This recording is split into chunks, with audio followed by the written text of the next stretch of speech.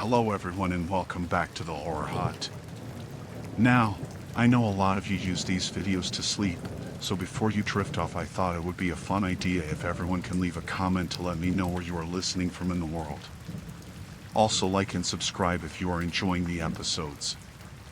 Right, let's get comfy and relax and let's begin. I decided to take a solo trip into the Oregon wilderness to clear my mind.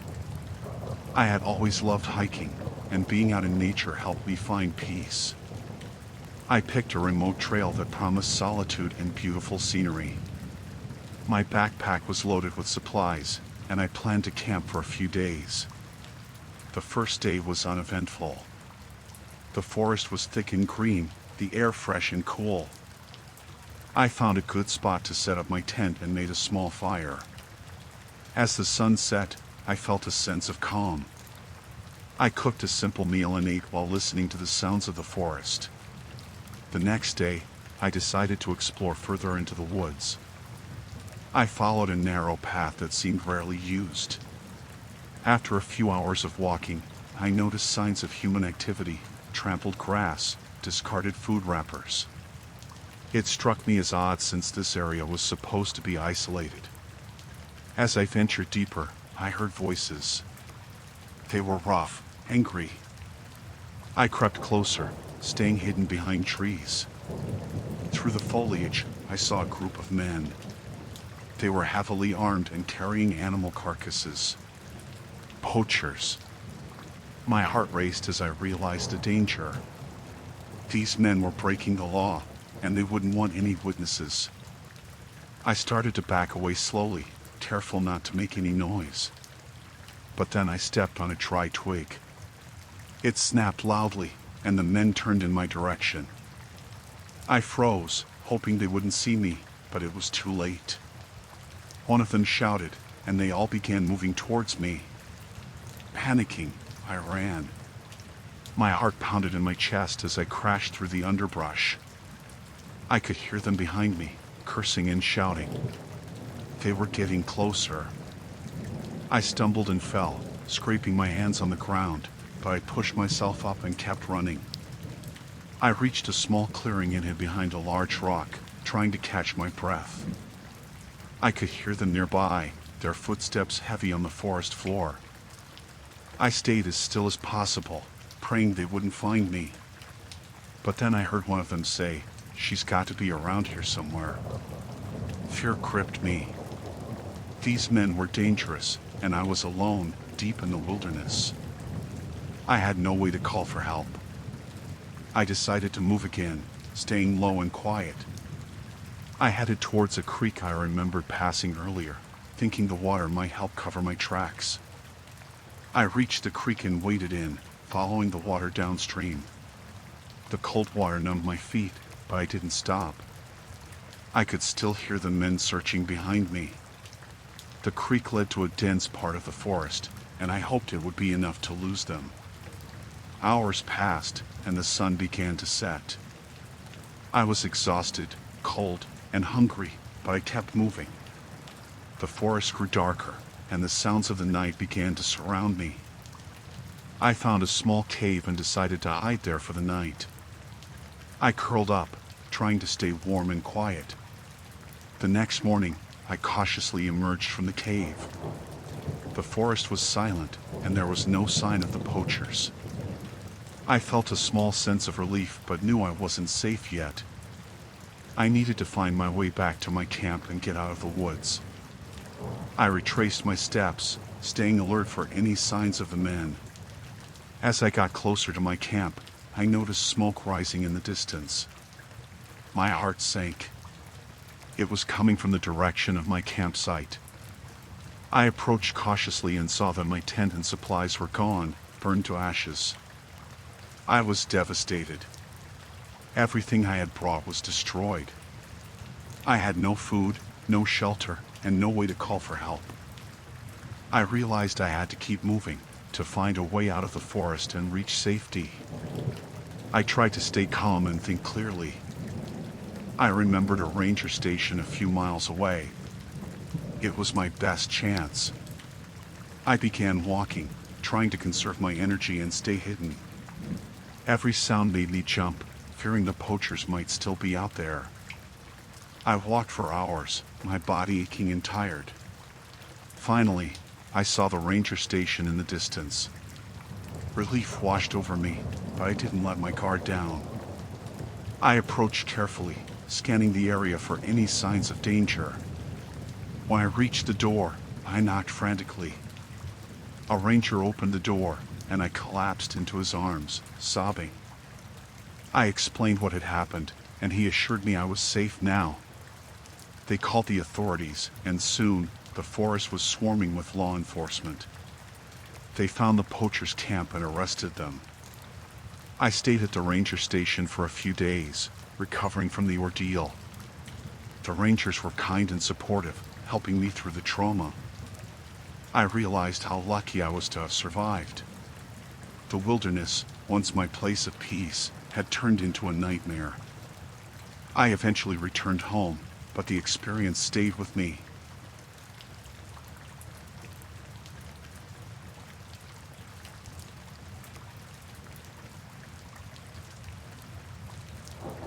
I decided to go camping in the Appalachian Mountains to clear my head.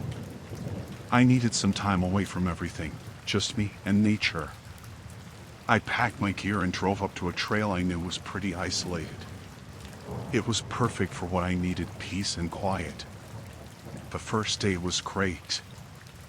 I hiked up the trail, enjoying the fresh air and the sounds of the forest. I found a good spot to set up my tent near a small stream. As the sun started to set, I made a fire and cooked some dinner. It was calm and relaxing, just what I wanted. The next day, I decided to explore a bit off the beaten path. I was curious about what was deeper in the woods. After a couple of hours of walking, I noticed something strange. The trees were cut down in a small area, and there were tire tracks leading further into the forest. It seemed odd, but I didn't think much of it at first. I kept walking, following the tracks out of curiosity. After a while, I saw a clearing up ahead. As I got closer, I realized what it was: a large marijuana plantation. Plants were everywhere, carefully cultivated and hidden from casual hikers. I knew this wasn't something I should be near. Before I could turn back, I heard voices. They were close. I ducked behind a bush and peered through the leaves. I saw two men with guns patrolling the area. My heart started racing. These guys didn't look like they were messing around. I knew I had to get out of there without being seen. I slowly backed away, trying to be as quiet as possible. Every twig snap and rustle of leaves sounded deafening. I kept looking over my shoulder, expecting to see them coming after me. My pulse was pounding in my ears. I just wanted to get back to my campsite and pack up. As I moved, I suddenly tripped over a root and fell hard, making a loud noise. I froze, listening. The voices got louder. They heard me. Panic set in. I scrambled to my feet and started running. I could hear them shouting behind me, getting closer. I zigzagged through the trees, trying to lose them. My lungs burned and my legs felt like jelly, but I kept going. I couldn't let them catch me. The thought of what they might do if they did was terrifying. I glanced back and saw one of the men not far behind, his gun ready. I pushed myself harder, desperate to get away. I spotted a rocky area up ahead and ran towards it, hoping to find a place to hide. I squeezed between two large boulders and held my breath. I could hear them searching nearby, their voices angry and tense. I stayed as still as possible, barely daring to breathe. After what felt like an eternity, the voices started to fade. They were moving away, still looking for me but not as close.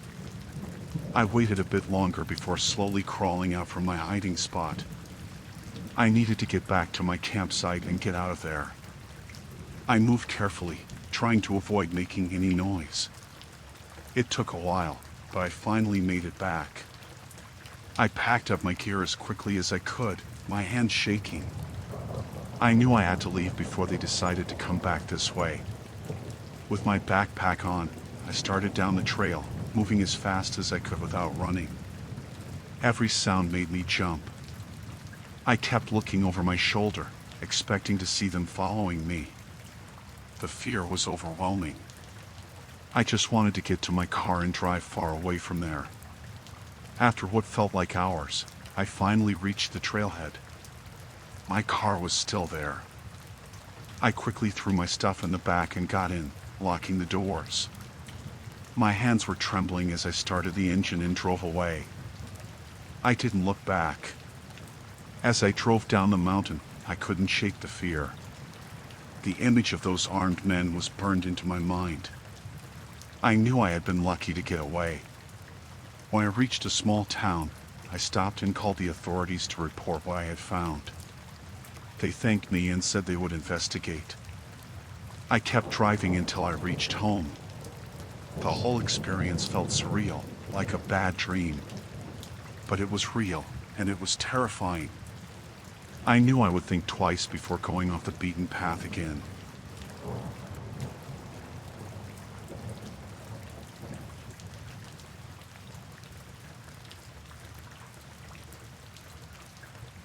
I went camping in the Black Hills of South Dakota for a little peace and quiet. I found a nice spot in a clearing, set up my tent, and got a fire going. The forest was calm, and I felt relaxed, ready for a good night under the stars. As evening turned to night, I heard the distant hum of ATV engines. It was annoying but not too close, so I tried to ignore it. After an hour or so, the noise got louder. I saw the lights of the ATVs approaching my camp. 4 riders pulled up, their engines loud and their laughter even louder. I felt uneasy but tried to stay calm. They stopped near my tent, and one of them, a tall guy with a bandana, got off his ATV and walked over. He looked at me, sizing me up. "Nice spot you got here," he said, smirking. "Thanks," I replied, trying to sound friendly. "Just here for a quiet weekend." The others joined him, their eyes scanning my gear. One of them kicked at my tent peg, laughing. I felt a knot forming in my stomach. They weren't just being noisy, they were looking for trouble. "Got any beer?" another one asked, a big guy with a leather jacket. "No, I didn't bring any," I lied. I had a couple in my cooler, but I didn't want to give them any reason to stick around. "Too bad," the tall guy said. "Guess we'll just hang out here for a while then." He sat on a rock near my fire, making himself at home. I didn't know what to do. I felt trapped. If I told them to leave, they might get angry. If I did nothing, they might decide to stay and cause more trouble. They talked loudly among themselves, making crude jokes and comments. Every now and then, one of them would glance my way, grinning. I pretended to be busy with my fire, but my mind was racing, trying to think of a way to get them to leave without escalating things. After a while, the big guy got up and started rummaging through my stuff. "Hey!" I shouted, unable to stay quiet any longer. "Leave my gear alone." He looked at me, surprised that I'd spoken up, then laughed. "We're just having a look," he said, throwing my backpack to the ground. I felt anger rising but tried to keep it in check. "Please, just leave my stuff alone," I said, my voice shaking. The tall guy stood up and walked over to me, getting in my face. "You got a problem?" he asked, his eyes cold. I took a step back, my heart pounding. "No problem," I said, trying to keep my voice steady. "Just want to be left alone." He stared at me for a moment, then turned back to his friends. "Let's go," he said, much to my surprise. "This place is boring anyway." Relief washed over me as they got back on their ATVs. But just as they were about to leave, the big guy grabbed a stick from the fire and threw it at my tent, setting it ablaze. They roared with laughter as they sped off into the night. I quickly grabbed my water bottle and tried to put out the fire, but the tent was already ruined. I managed to stop it from spreading, but my gear was a mess. I felt a mix of relief and anger. They were gone, but they'd left me in a bad spot. I spent the next hour cleaning up the mess and salvaging what I could. The forest was silent again, but the peace I'd felt earlier was shattered. I kept looking around, worried they might come back.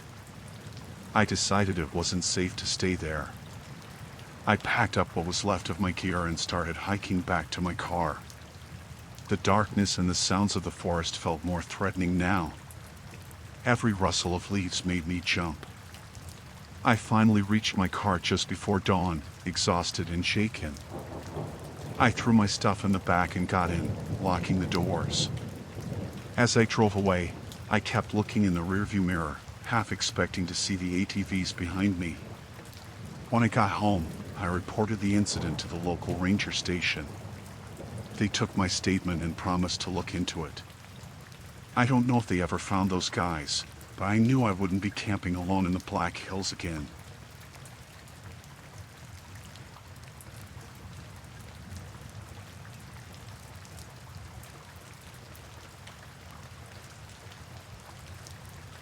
I was in the Adirondacks for a week, documenting wildlife. My days were spent hiking through dense forests, capturing photos of birds and other animals. The area was beautiful but remote, and I rarely saw other people. On the fourth day, I set up camp near a small clearing. It was a peaceful spot, with a stream nearby and plenty of trees for shade. That evening, as I was reviewing the day's photos, I heard the distant sound of chainsaws. It was odd because I hadn't seen any logging operations in the area. Curiosity got the better of me, and I decided to check it out the next morning. I woke up early and followed the sound, moving cautiously through the forest. After an hour of walking, I came across a group of men cutting down trees. They weren't wearing any uniforms or badges, which struck me as strange. I took a few photos from a distance, not wanting to get too close. As I was about to leave, one of the men spotted me.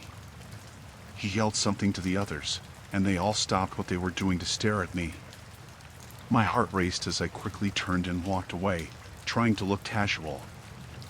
I could hear them talking, but I couldn't make out what they were saying. I made my way back to camp, hoping they would just ignore me. But that evening, I heard footsteps approaching. I peeked out of my tent and saw 3 of the loggers coming towards me. They looked angry. One of them, a tall man with a beard, called out to me. "What are you doing here?" he demanded. "I'm just taking photos of the wildlife," I replied, trying to sound calm. "Show us the camera," he said. Reluctantly, I handed over my camera. They scrolled through the photos, and their expressions darkened when they saw the pictures of them logging. The tall man smashed my camera against a rock, breaking it into pieces. "You shouldn't have taken those," he said, stepping closer. "We don't need any trouble." "I'm not here to cause trouble," I said, backing away. "I'll leave right now." But they didn't seem convinced. They circled around me, blocking my way. Panic set in as I realized I was in serious danger. I had to think fast. I didn't tell anyone where I was. I lied. If something happens to me, no one will find out. The tall man frowned, but he didn't move. Another man, shorter with a scar on his cheek, looked at him and said, "We can't risk it." She's seen too much. My mind raced as I tried to come up with a plan. I glanced around, looking for any chance to escape.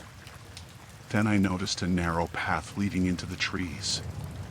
Without thinking, I bolted towards it, running as fast as I could. They shouted and chased after me. Branches scratched my face and arms as I ran, but I didn't stop. I could hear them getting closer, their footsteps pounding on the forest floor. I reached a steep hill and slid down, nearly losing my balance.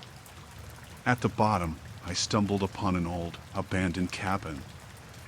I ran inside and hid behind a pile of rotting wood, trying to catch my breath. The loggers arrived moments later. They spread out, searching the area. My heart pounded so loudly I was sure they would hear it. I stayed as still as possible, barely daring to breathe. After what felt like hours, they finally gave up and left. I waited until I was sure they were gone before creeping out of my hiding spot. My body ached from the tension and the scrapes from my frantic run. I made my way back to camp, grabbed what little gear I could carry, and set off in the opposite direction of the loggers. I walked through the night, not stopping until I reached a small town the next morning. I went straight to the local authorities and reported what had happened. They seemed skeptical at first but agreed to investigate. I stayed in town for a few days, recovering from the ordeal and hoping for news. A few days later, I heard that the authorities had found the illegal logging operation and shut it down. The men were arrested, and I was asked to testify. It was a terrifying experience, but I was relieved that justice was served. I've since returned to my wildlife photography, but I'm much more cautious now.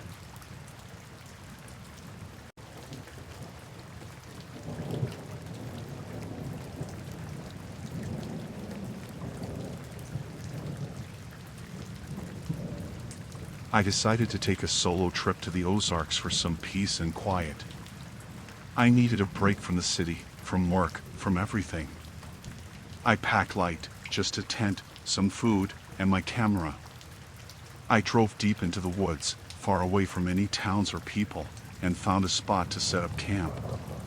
It was beautiful, so quiet I could hear the wind in the trees and the rustle of animals in the underbrush. The first day was perfect. I hiked, took photos, and enjoyed the solitude. As evening came, I built a small fire and cooked dinner. The night was dark, with only the stars and my fire for light. I felt a little uneasy, but I told myself it was just because I wasn't used to being alone in the woods. The next morning, I decided to explore further. I packed some water and snacks and set off on a trail that seemed to go deeper into the forest. After a couple of hours, I came across a small, overgrown path. It looked like it hadn't been used in years, but curiosity got the better of me, and I followed it. The path led to a clearing with an old, run-down cabin. It looked abandoned, windows boarded up, the wood weathered and gray. But there was something about it that didn't feel right. I thought about turning back, but my curiosity was stronger. I walked closer, trying to get a better look. Suddenly, I heard a rustling noise from behind the cabin.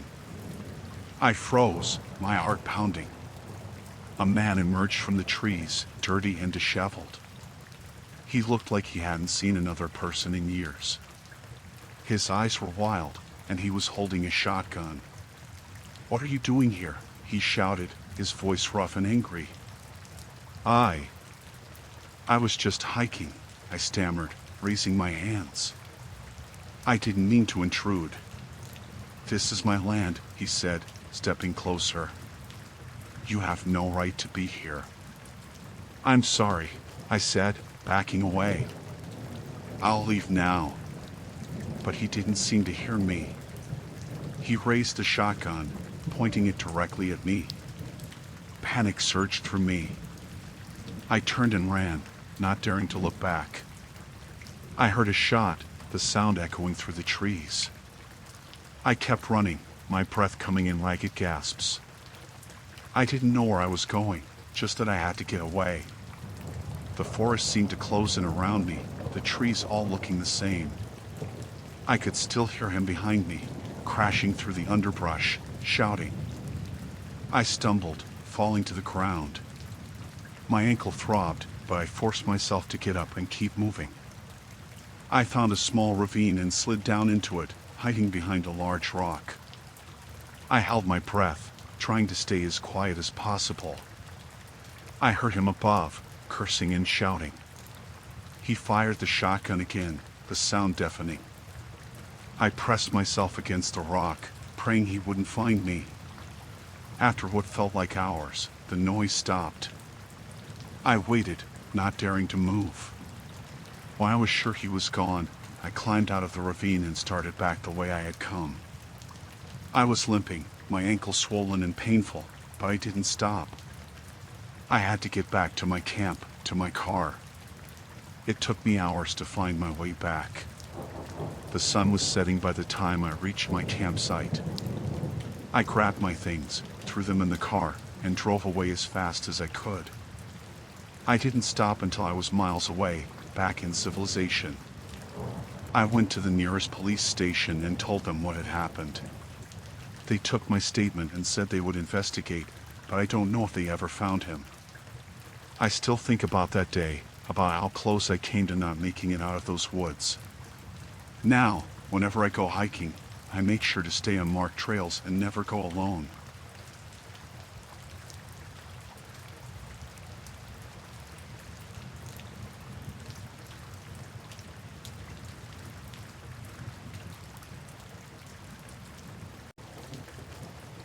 I decided to camp alone in the Smoky Mountains. I wanted some time away from everything, a break from the noise and the stress. I picked a spot deep in the forest, far from any trails or other campers. It was perfect, just me and nature. The first night was peaceful. I set up my tent, built a small fire, and cooked dinner. The sounds of the forest were comforting, and I fell asleep easily.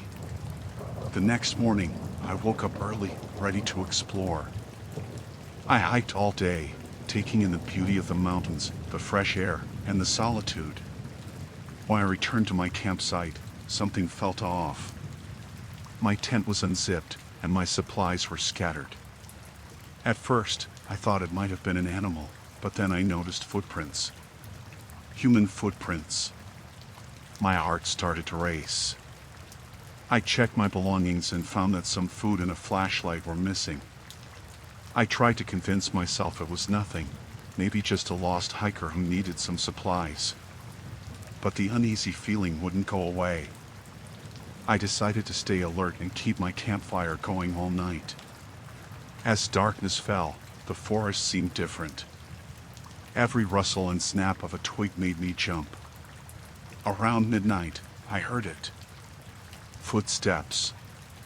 Slow, deliberate footsteps coming closer. I cracked my flashlight and shone it towards the sound. Nothing. The footsteps stopped. I sat there, gripping the flashlight, my heart pounding in my chest. Minutes passed, then hours, but the footsteps didn't return. The next day, I decided to pack up and leave. As I gathered my things, I felt eyes on me. I looked around, but saw no one. I tried to shake it off, telling myself I was just being paranoid. I started hiking back towards my car, keeping a fast pace. After a few hours, I realized I was lost. I had been so distracted by the feeling of being watched that I must have taken a wrong turn. Panic set in. I tried to retrace my steps, but nothing looked familiar. As the sun began to set, I knew I had to set up camp again. I found a small clearing and quickly pitched my tent. I made a small fire and sat close to it, trying to stay calm. As night fell, the feeling of being watched returned, stronger than before. I kept my flashlight and a small knife close by, ready for anything. Around midnight, the footsteps returned. This time, they were closer, circling my campsite. I shone my flashlight into the darkness, catching a glimpse of movement. Someone was out there, watching me. I shouted, telling them to leave me alone, but there was no response. The footsteps continued, slow and deliberate. I knew I had to do something. I grabbed my knife and flashlight and stepped out of my tent. The firelight cast eerie shadows, making it hard to see.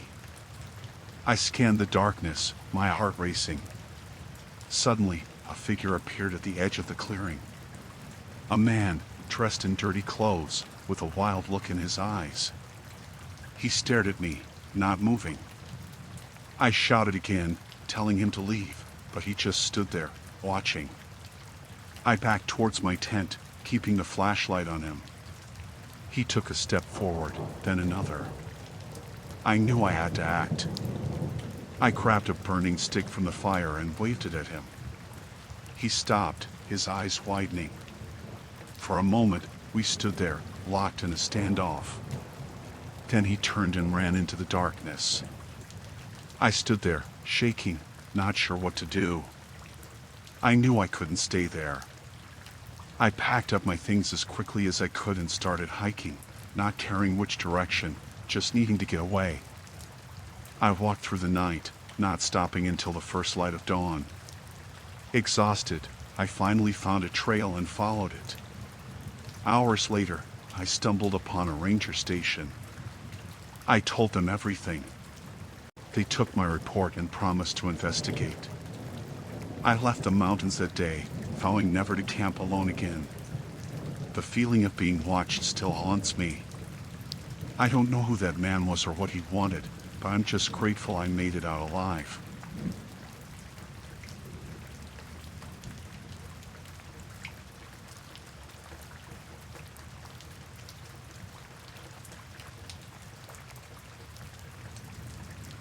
I decided to take a solo trip to the Boundary Waters in Minnesota. I needed some time alone, away from everything. I heard it was beautiful and quiet, the perfect place to clear my mind. I loaded up my canoe, packed my gear, and paddled out deep into the wilderness. The first few days were great. I didn't see another soul, just me in the water and the trees. I set up camp on a little island, made a fire, and enjoyed the solitude. I spent my days fishing and exploring, feeling more relaxed than I had in years. On the fourth day, I noticed something strange. As I was paddling back to my camp, I saw another canoe in the distance. It was unusual because I hadn't seen anyone else around. The canoe was heading towards a part of the shore I hadn't explored yet. I didn't think much of it at the time, just figured someone else was enjoying the peace and quiet. That night, I heard noises. Voices, low and serious, tarrying over the water. I got up and looked around, but couldn't see anything in the dark. It made me uneasy, but I tried to tell myself it was nothing. Maybe it was just other campers. Still, I kept my knife close, just in case. The next day, I decided to check out where I saw the canoe heading. It was a bit of a paddle, but I was curious. As I got closer, I saw signs of activity. Footprints in the mud, discarded food wrappers, and the remains of a fire. It looked like someone had been camping there recently. As I was looking around, I heard the voices again. They were closer this time. I quickly hid behind some bushes and watched as 3 men came into view. They were carrying large bags and talking in hushed tones. I couldn't make out what they were saying, but they didn't look like your average campers. I waited until they were out of sight before sneaking back to my canoe. My heart was pounding. Something about those men didn't sit right with me. I paddled back to my camp as quickly as I could, trying to keep a low profile. That night, I couldn't sleep. I kept hearing noises, every snap of a twig making me jump. Around midnight, I saw a light moving through the trees on the shore. It was them. They were searching for something or someone. Panic set in. What if they found me? I stayed as quiet as possible, barely daring to breathe. The light moved closer, then further away. Eventually, it disappeared. I didn't sleep at all, just sat there clutching my knife, waiting for dawn.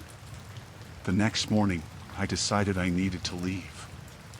This wasn't the peaceful trip I'd planned. I packed up my gear and got ready to go. As I was loading my canoe, I saw them again, watching from the shore. They knew I was there. I pushed off quickly and started paddling away, but they jumped into their canoe and followed. My mind raced. Why were they after me? What did they want? I paddled as hard as I could, but they were gaining on me. I spotted a narrow channel and headed for it, hoping to lose them in the twists and turns. The channel was shallow and filled with rocks, making it difficult to navigate. I scraped the bottom of my canoe several times, but I couldn't slow down. I could hear them behind me, their voices angry and close. I pushed harder, my arms burning with the effort. Finally, I saw a small inlet and made for it. I beached my canoe and ran into the woods, trying to put as much distance between us as possible. I hid in the underbrush, trying to control my breathing. They were close now, shouting and cursing. I stayed perfectly still, praying they wouldn't find me. After what felt like hours, their voices started to fade. I waited until I was sure they were gone before moving. I made my way through the woods, keeping off the main paths. I didn't know where I was going, just that I needed to get away. Eventually, I found a small ranger station. I stumbled in, exhausted and scared. The ranger looked at me, shocked at my appearance. I told him everything. He called for backup, and soon the place was swarming with law enforcement.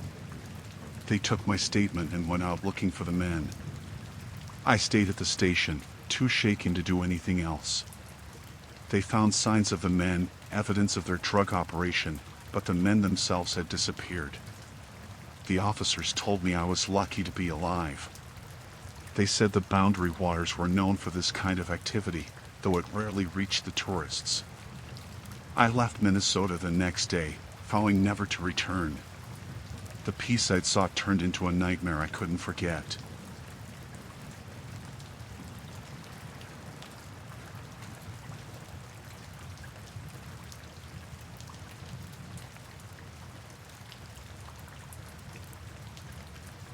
We decided to take a family camping trip to the Redwoods in California. It was just me, my wife, and our 2 kids. We thought it would be a good way to spend some quality time together, away from the city and all the noise. The first couple of days were perfect. We hiked, roasted marshmallows, and told stories around the campfire. The kids loved it. The trees were massive, and everything felt peaceful. But on the 3rd night, things started to get strange. It was around midnight when I first heard the noises. At first, I thought it was just animals, maybe a raccoon or a deer. But then I heard voices. Low, whispering voices. I got out of the tent to take a look. I couldn't see anything, but the feeling that someone was watching us was overwhelming. The next morning, I found footprints around our campsite. They were too big to be from any of us. I tried to brush it off, telling myself it was probably just other campers passing through. But deep down, I knew something wasn't right. That night, I kept the fire going longer than usual. I wanted to make sure I could see if anyone approached. Around 2 a.m., I heard the voices again, closer this time. I quietly got out of the tent and grabbed the flashlight. The beam cut through the darkness, but I still couldn't see anyone. Suddenly, I heard a rustling behind me. I spun around, and there they were. 3 men, dirty and wild-eyed, standing just outside the circle of light. My heart pounded in my chest. I knew right away these weren't ordinary campers. One of them stepped forward and smiled. "Nice night, isn't it?" he said, but there was nothing friendly about his tone. I didn't know what to do. My wife and kids were still sleeping, and I didn't want to scare them, but I knew I had to do something. "Can I help you?" I asked, trying to keep my voice steady. "We're just looking for a place to stay," the man replied. "Mind if we join you?" I knew this wasn't a request. I shook my head. "I think it's best if you move along. We're just here with our kids, trying to have a quiet trip." The man's smile faded. "Oh, we insist," he said, stepping closer. The other two men spread out, flanking me. I glanced back at the tent.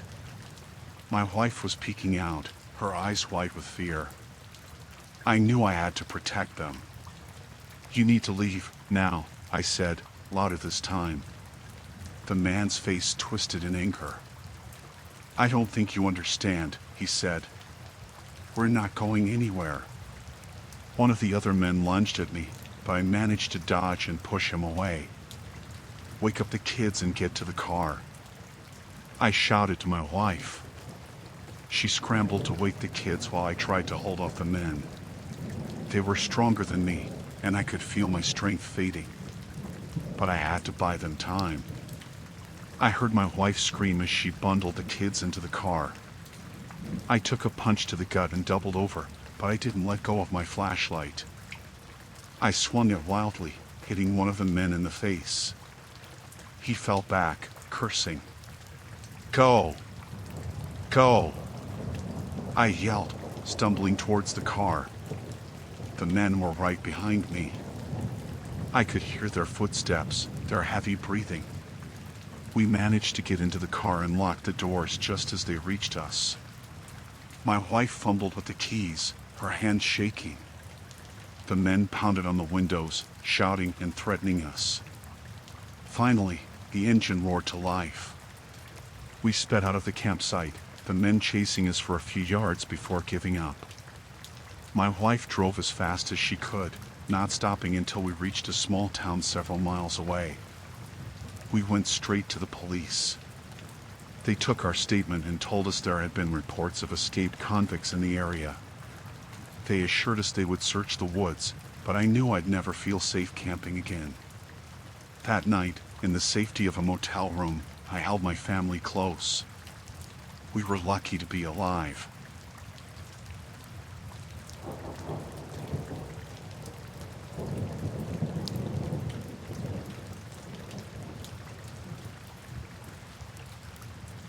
It was supposed to be a routine research trip, just me and my equipment trekking through the rugged terrain of the Rocky Mountains.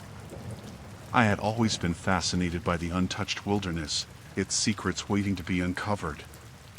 Little did I know, this trip would lead me into a nightmare. The first few days were peaceful. I mapped out the area, collected samples, and documented the flora and fauna. The silence of the mountains was soothing, broken only by the occasional chirp of birds or rustle of leaves. But on the third night, things took a dark turn. I was sitting by my campfire, reviewing my notes when I heard distant noises echoing through the trees. At first, I thought it might be wildlife or the wind, but as the sounds grew louder, I realized it was something else entirely. Low voices, gruff and urgent. I grabbed my flashlight and cautiously approached the source of the noise. Through the dense foliage, I spotted them, men in heavy boots, their faces hidden under dirt-streaked hats. They were huddled around makeshift mining equipment, digging into the earth with purpose. My heart raced as I realized what I had stumbled upon, illegal mining operations in the heart of the Rockies. I knew I had to document this, to report it to the authorities. But before I could retreat to safety, a twig snapped under my foot.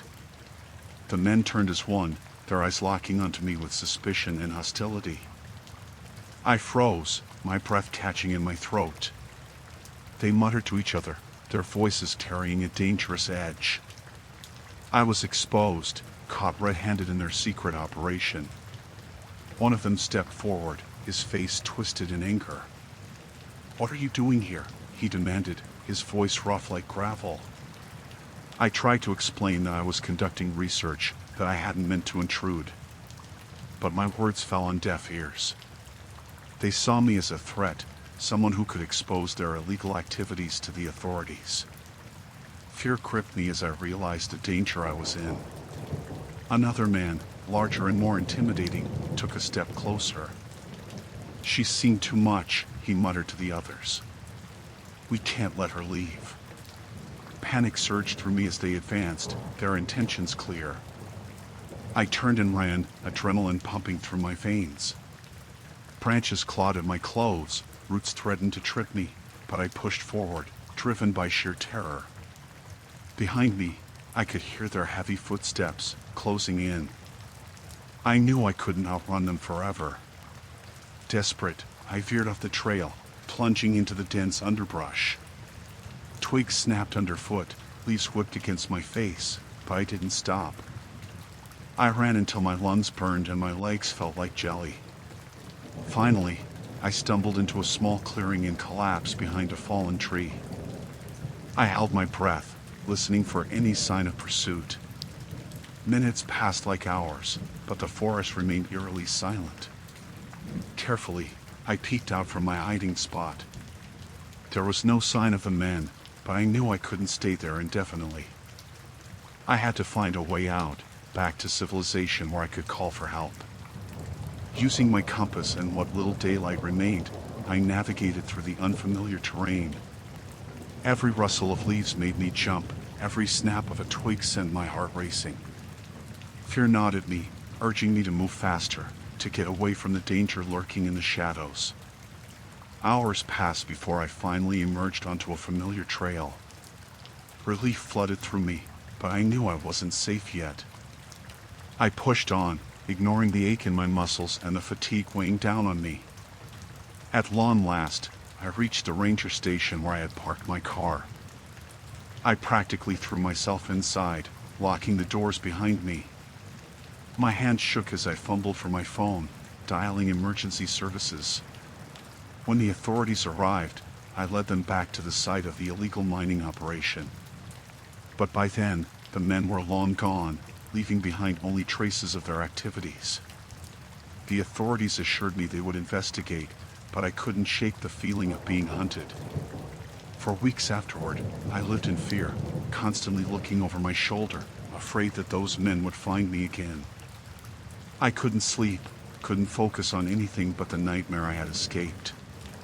The tranquility of the Rockies had been shattered, replaced by a lingering sense of dread. I never returned to those mountains, haunted by the memories of that terrifying encounter. The beauty of the wilderness had been tainted by the darkness lurking beneath its surface.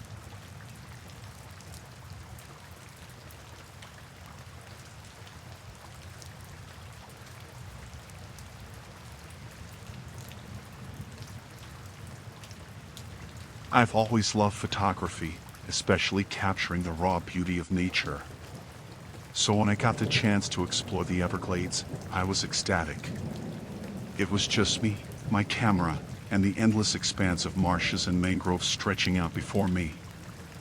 I spent the day snapping photos of everything, the wildlife, the vegetation, the serene waters reflecting the golden hues of the setting sun.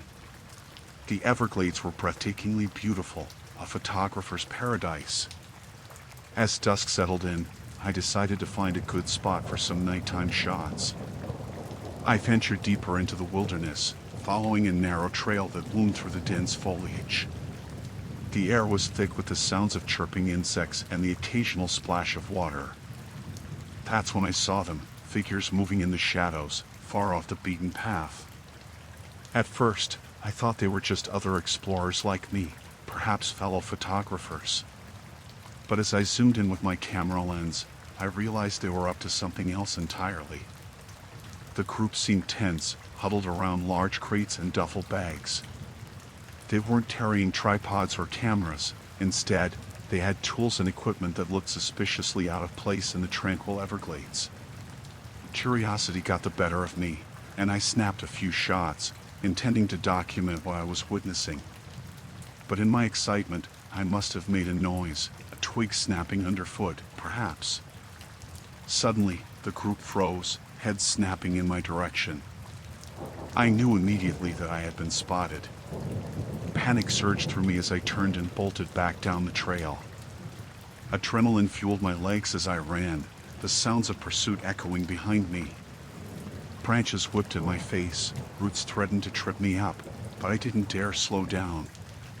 Through the darkness, I could hear their voices, harsh whispers, urging each other to catch me.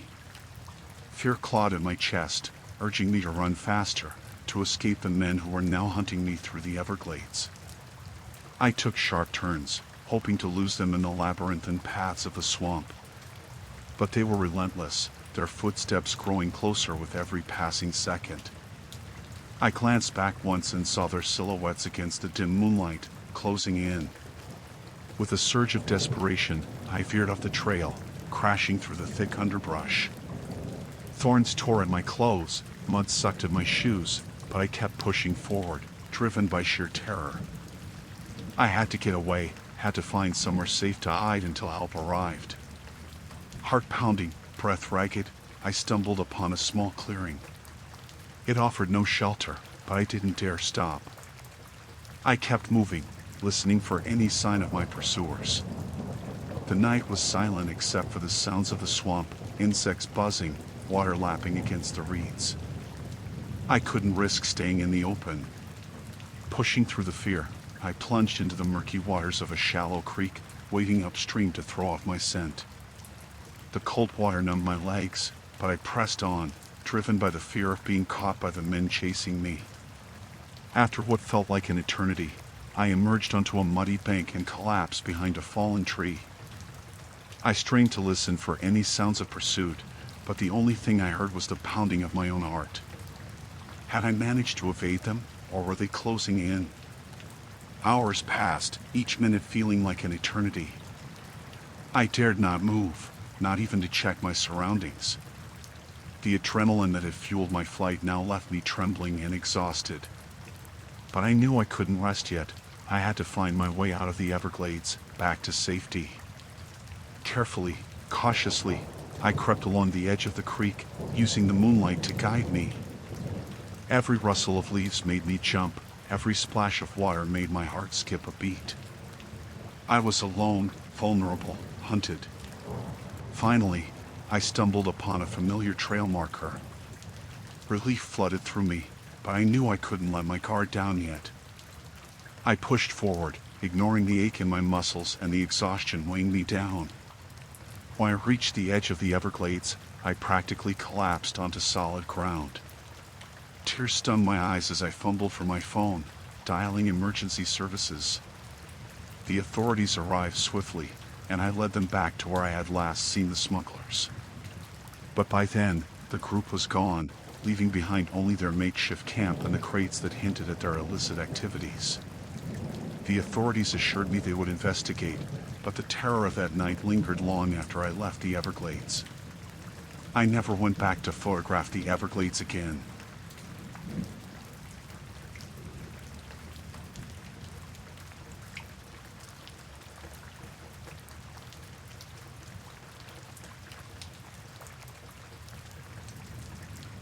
We'd been planning the camping trip for months. Me, Josh, Emily, and Sarah. The Catskills sounded perfect, peaceful, and away from everything. We loaded up the car and set off early Friday morning, excited for a weekend of hiking and campfires. The drive was long but beautiful, winding roads through dense forests.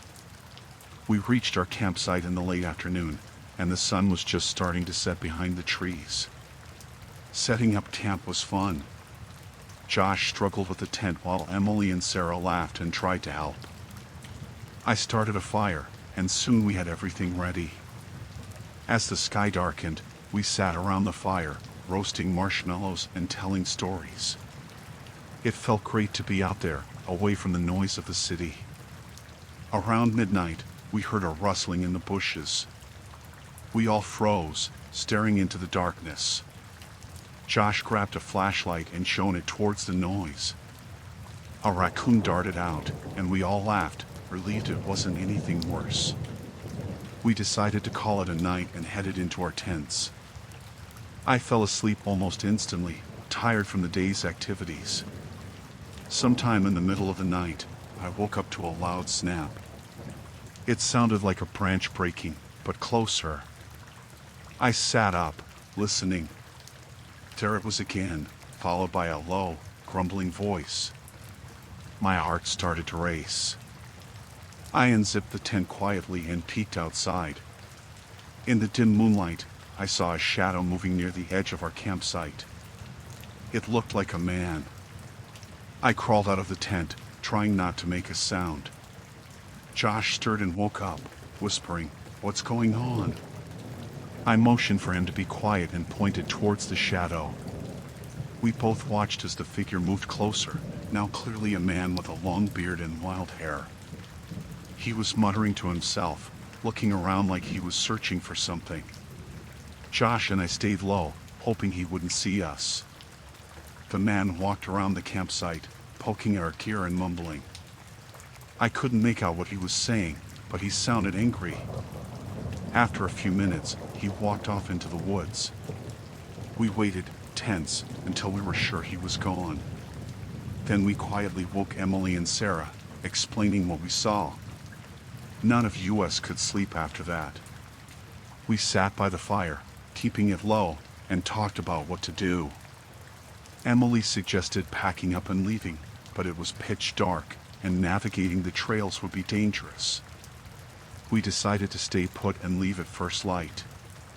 We took turns keeping watch, but the night passed without any more incidents. At dawn, we quickly packed up our things and started hiking back to the car. The forest felt different, more menacing. Every sound made us jump. We were about halfway back when Sarah screamed. We turned to see her foot caught in a snare, a simple but painful trap that yanked her leg up into the air. Josh and I rushed to free her, while Emily kept watch. We managed to get Sarah free, but she was hurt and couldn't walk properly. Josh and I took turns supporting her as we continued. Our pace was slow, and we were all on edge. We hadn't gone much further when we found another trap, this one a pit covered with leaves and branches. It was clear now that someone was trying to catch us. Panic set in. We knew we had to move faster, but Sarah was slowing us down. Emily found a sturdy branch, and we used it as a makeshift crutch for her. The whole time, I couldn't shake the feeling that we were being watched. The forest was too quiet, the birds and animals seemingly gone. Then we heard it, the same grumbling voice from the night before, closer this time. We ducked behind a large rock, peering out to see the bearded man again. He was walking along the trail, inspecting his traps. He looked furious, kicking at the dirt and shouting to himself. We waited until he moved past us before continuing. Our progress was slow, and every step felt like a gamble. We were constantly scanning for more traps and listening for the man. After what felt like hours, we finally reached the edge of the forest and saw the car. Relief washed over us, but it was short-lived. The man was there, standing by the car, his eyes wild and angry. We froze, unsure of what to do. He saw us and started shouting, accusing us of trying to steal from him. Josh tried to reason with him, but the man wasn't listening. He pulled out a knife and started towards us. We backed away, trying to think of a way out. Just then, a ranger's truck appeared on the road. The man hesitated, giving us a chance to run. The ranger saw what was happening and stopped, jumping out of his truck with his hand on his gun. He shouted for the man to drop the knife. The man looked at us, then back at the ranger, before finally dropping the knife and raising his hands. The ranger called for backup and took the man into custody. We explained what had happened, and he assured us we were safe now. It turned out the man was a survivalist who had been living in the woods for years, paranoid and convinced everyone was out to get him. He'd set traps to protect his territory, not realizing how dangerous they were. We drove back to the city in silence, still shaken from the ordeal. The trip that was supposed to be a fun getaway had turned into a nightmare.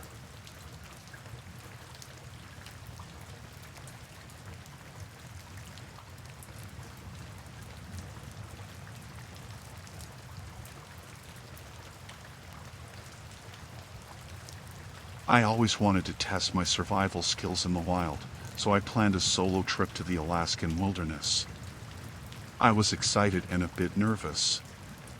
I had my gear packed, a tent, a rifle, enough food for a week, and all the essentials. The flight to Anchorage was smooth, and I rented a small plane to take me to a remote area. The pilot dropped me off and promised to pick me up in a week. The place was beautiful, endless trees, mountains, and a river nearby. It felt like I was the only person on Earth. The first day went well. I set up my camp near the river, built a fire, and cooked dinner. The silence was incredible, just the sound of the river and the wind in the trees. I felt at peace. The next morning, I woke up early, eager to start exploring. I hiked through the forest, enjoying the solitude and the challenge of navigating without any trails. I saw some deer and a few birds, but no signs of other people. It was perfect. By the third day, I had settled into a routine. I would hike during the day, fish by the river in the afternoon, and relax by the fire at night. It was everything I had hoped for. But that evening, as I was cleaning a fish, I noticed something strange. There were footprints near the river, not mine. They were fresh, maybe a few hours old. I stood there, staring at them, my mind racing. Who else could be out here? I tried to stay calm. Maybe it was a hunter or another camper. But as I looked around, I didn't see any signs of another camp. The footprints led away from the river and disappeared into the forest. I decided not to think too much about it and went back to my camp. But that night, I couldn't sleep. I kept listening for any sound, any sign that I wasn't alone.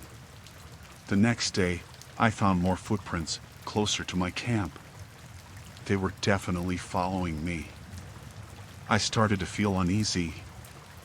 I spent most of the day circling my camp, trying to see if I could spot anyone. I didn't see anything, but I felt like I was being watched.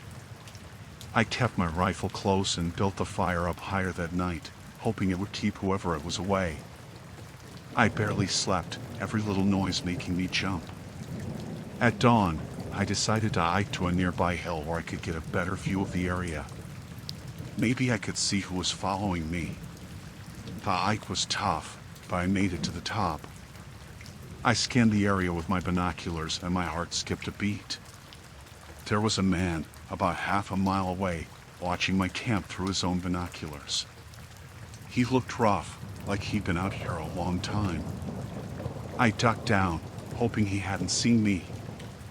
I didn't know what to do. He was too far to confront, but too close to ignore. I stayed on the hill for a while, trying to think. The man didn't move. He just kept watching my camp. Finally, I decided to head back, staying off the main path to avoid being seen. When I got back to my camp, I packed up my gear quickly. I had to get out of there. I started hiking back towards the spot where the plane would pick me up, but I kept off the main trails. I moved quickly, trying to put as much distance between me and that man as possible. I hiked all day and into the night, only stopping when I couldn't go any further. I found a hidden spot to set up a makeshift camp, not bothering with a fire. I ate some cold food and kept my rifle close. I woke up to a noise, a twig snapping. I froze, listening. The sound came again, closer. I grabbed my rifle and slowly peeked out of my tent. The man was there, about 20 feet away, creeping towards me. Our eyes met, and he froze. I didn't hesitate. I shouted at him to stop, raising my rifle. He stood still, hands up, a wild look in his eyes. He started talking fast, saying he was lost, that he needed help. But something about his story didn't add up. He looked more dangerous than lost. I told him to back away, keeping my rifle trained on him. He kept talking, trying to get closer. I fired a warning shot into the ground. He finally backed off, cursing at me. As soon as he was out of sight, I packed up again and started moving. I didn't stop until I reached the pickup spot. I found a good spot to hide and waited, hoping the plane would come early. I spent the next day hidden, listening for any sign of the man. Every sound made my heart race. Finally, I heard the plane. I jumped out, waving my arms. The pilot saw me and landed. I ran to the plane, throwing my gear inside. As we took off, I looked back, half expecting to see the man burst out of the trees. But there was nothing. Just the empty wilderness. Back in Anchorage, I told the authorities about the man. They took my statement but didn't seem too concerned. People go missing in the wilderness all the time, they said.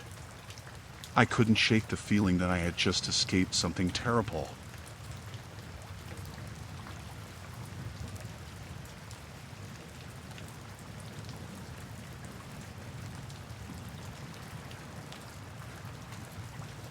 I was training for an ultramarathon in the Colorado Rockies, a dream I had for years. The race was a month away, so I decided to do a long run on a remote trail. I'd done my research, packed all the essentials, and felt ready for anything. The weather was perfect that morning, crisp and clear, with the scent of pine in the air. I started my run early, the sun just beginning to rise. The first few hours were blissful. The trail was challenging but beautiful, winding through dense forests and up rocky slopes. I felt strong, my legs moving effortlessly as I soaked in the solitude. I was about 20 miles in when things started to go wrong. I took a wrong turn at a fork in the trail, not realizing my mistake until much later. By the time I figured out I was lost, I had already covered a lot of ground. My GPS watch had lost signal, and my phone had no reception. I tried to retrace my steps, but everything looked the same. The trees loomed tall and dense, blocking out the sun and making it hard to keep track of time. Panic started to creep in, but I forced myself to stay calm. I had food, water, and a map. I could find my way back. I kept moving, hoping to find a familiar landmark. After another hour of running, I stumbled upon a small clearing. There were several tents set up and a campfire smoldering in the center. Relief washed over me. I wasn't alone. I approached the camp, calling out to see if anyone was around. 3 men emerged from one of the tents. They looked rough, with unkempt beards and clothes that had seen better days. Their eyes were cold and assessing as they looked me over. I explained that I was lost and asked if they could help me find the trail. They exchanged glances, a silent conversation passing between them. One of them, a tall man with a scar across his cheek, stepped forward. He said they could help, but it was too late to go back now. I should stay the night and leave in the morning. Something about his tone set off alarm bells in my head. I thanked them but insisted I needed to leave right away. He didn't like that. His expression hardened, and he told me it wasn't a request. I realized I was in trouble. My instinct screamed at me to run, but I knew I wouldn't get far. I needed a plan. I tried to play along, pretending to agree to stay, hoping to find a way out when they weren't watching.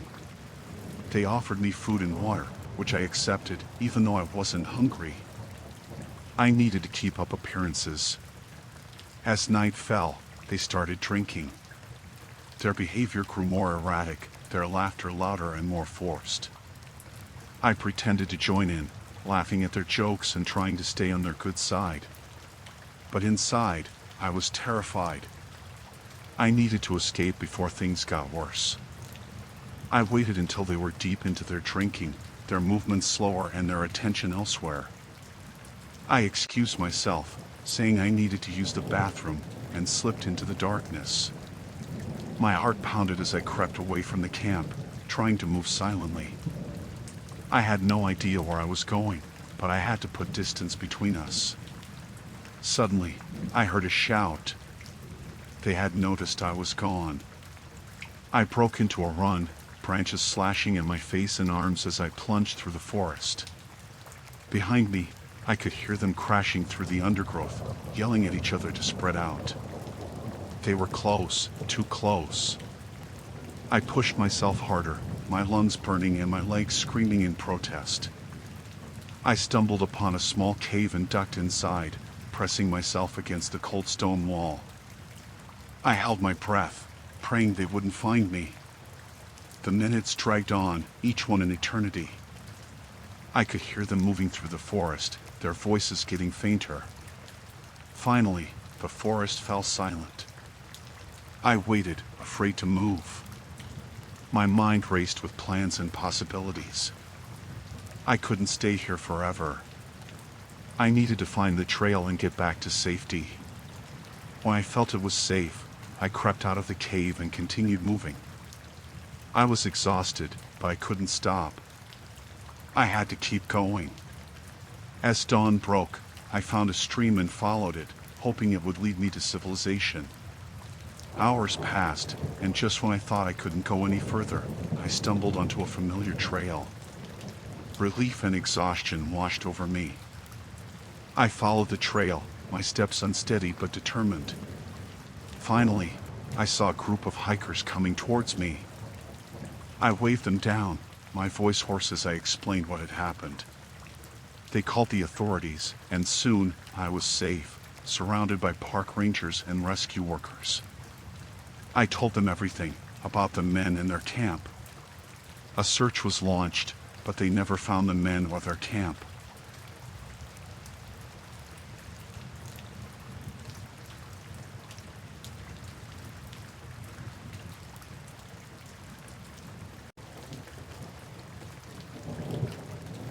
I was deep in the forests of the Pacific Northwest, studying rare plants for my research project. I'd been out there for weeks, camping and hiking through dense woods. The isolation was peaceful, the only sounds being birds and the rustling of leaves. I loved it out there, feeling like I was the only person in the world. One morning, I set off to a new area I hadn't explored yet. My map showed it as a dense patch of forest, likely to have the rare species I was looking for. It was a long hike, but I didn't mind. The forest was beautiful, with towering trees and patches of wildflowers. Hours passed as I carefully collected samples and took notes. As the day wore on, I noticed signs of recent human activity.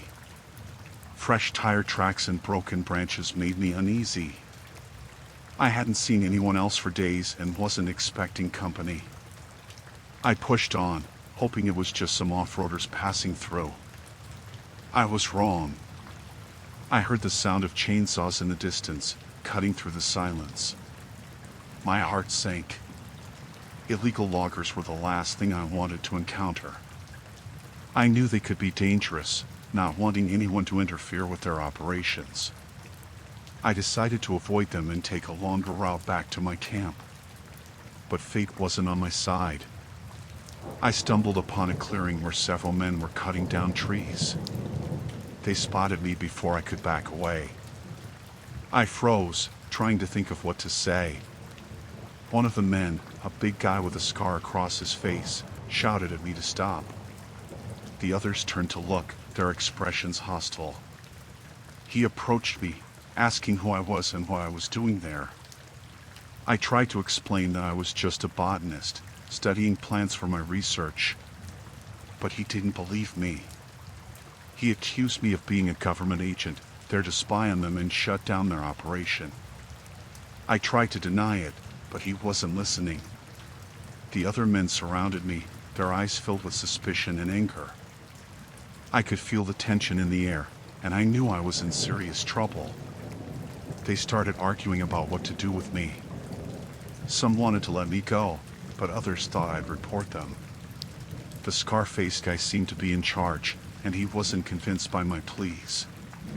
They decided to take me to their camp deeper in the forest. They tied my hands and marched me through the woods, my mind racing with fear. I knew I had to find a way to escape, but I didn't know how. They were armed with axes and chainsaws, and I had nothing. At their camp, they threw me into a small, makeshift hut and locked the door. I could hear them talking outside, discussing what to do with me. My heart pounded as I listened, trying to make out their plans. They were worried I'd bring the authorities down on them, and some were suggesting getting rid of me for good. I had to act fast. I looked around the hut for anything I could use to free myself. My hands were tied, but not too tightly. I managed to wriggle one hand free and untie the ropes. There was a small window at the back of the hut, just big enough for me to squeeze through. I climbed out, trying to be as quiet as possible. The forest was dark, the sun having set while I was their prisoner. I moved slowly, avoiding the campfire's light and staying in the shadows. I could hear them laughing and talking, unaware that I was escaping. My heart raced as I crept away, every twig snapping underfoot making me flinch. I knew I couldn't go back to my camp. They'd find me there. I needed to get to the nearest town and find help. I remembered the direction I came from and started moving as quickly as I could through the dense forest. My legs ached, and I was exhausted, but I couldn't stop. Hours passed, and I kept moving, my fear driving me forward. I stumbled and fell several times, but I got back up and kept going. The forest seemed endless, and I felt like I was running in circles. But then I saw lights in the distance, the faint glow of a town. Relief washed over me as I staggered towards the lights. I burst out of the forest onto a road, waving frantically at the first car I saw. The driver stopped, and I explained what had happened, my words tumbling out in a rush. They took me to the local sheriff's office, where I finally felt safe. I told the authorities everything, and they organized a search party to find the loggers. I never found out what happened to them, but I was just glad to be alive. My research project was put on hold, and I left the Pacific Northwest, the memory of that terrifying encounter forever etched in my mind. The forest, once a place of peace and solitude, now held a darker meaning for me.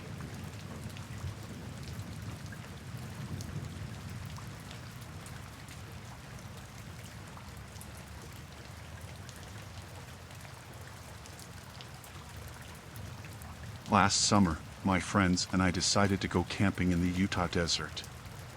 It was supposed to be a getaway from our busy lives. Just 4 of us, Tom, Sarah, Jake, and me. We packed our tents, food, and some gear, and drove out to a remote spot far from any town. The landscape was beautiful, with red rocks and wide open skies. It felt like we had the whole world to ourselves. We set up camp near a small canyon. There was a sense of peace there, just the wind and the distant sound of birds. As night fell, we built a fire and sat around it, talking and laughing. The stars were so bright, and everything seemed perfect. After a while, we turned in for the night, excited for the hike we planned for the next day. Around midnight, I woke up. I wasn't sure why at first, just a feeling that something was off. Then I heard it, voices. Low and urgent, coming from somewhere nearby. I unzipped my tent quietly and peered out. I could see shadows moving in the distance, too far to make out clearly but close enough to worry me. I nudged Tom awake and pointed. His eyes widened, and he whispered that we should wake the others. We huddled together, trying to figure out what to do. The voices grew louder, and we could see flashlights moving closer. Sarah suggested we stay quiet and hope they pass by, but Jake was scared and wanted to pack up and leave immediately. Before we could decide, the men were upon us. There were 6 of them, all armed. They surrounded our campsite, their flashlights blinding us. One of them, a tall man with a grizzled beard, stepped forward and demanded to know what we were doing there. We explained we were just camping, that we didn't mean any harm. He stared at us for a long moment, then told us to pack up and leave, now. We scrambled to obey, packing up our gear as fast as we could. The men watched us closely, their guns at the ready. My hands were shaking so badly I could barely zip my backpack.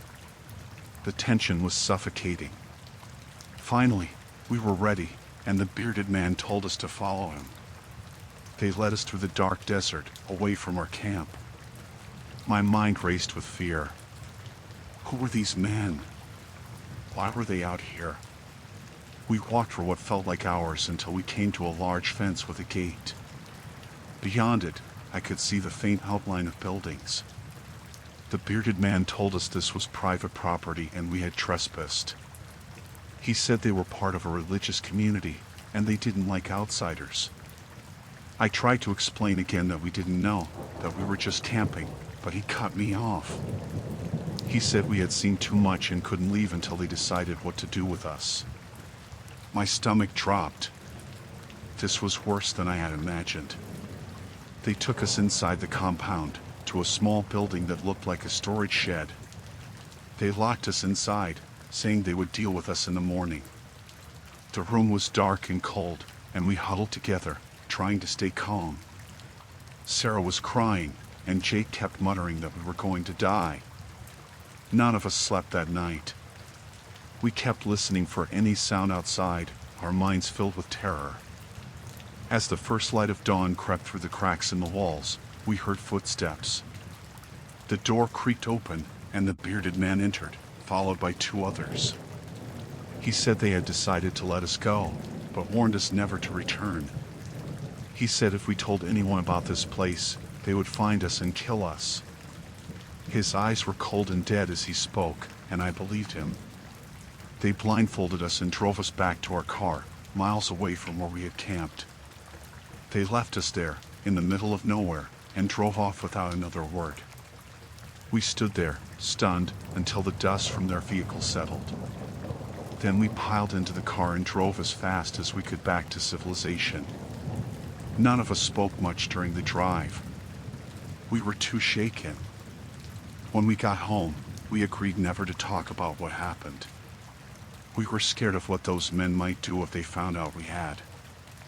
I still have nightmares about that night, about those cold eyes and the feeling of being utterly helpless. I don't know who those men were or what they were protecting, and I don't want to find out. We never went camping again.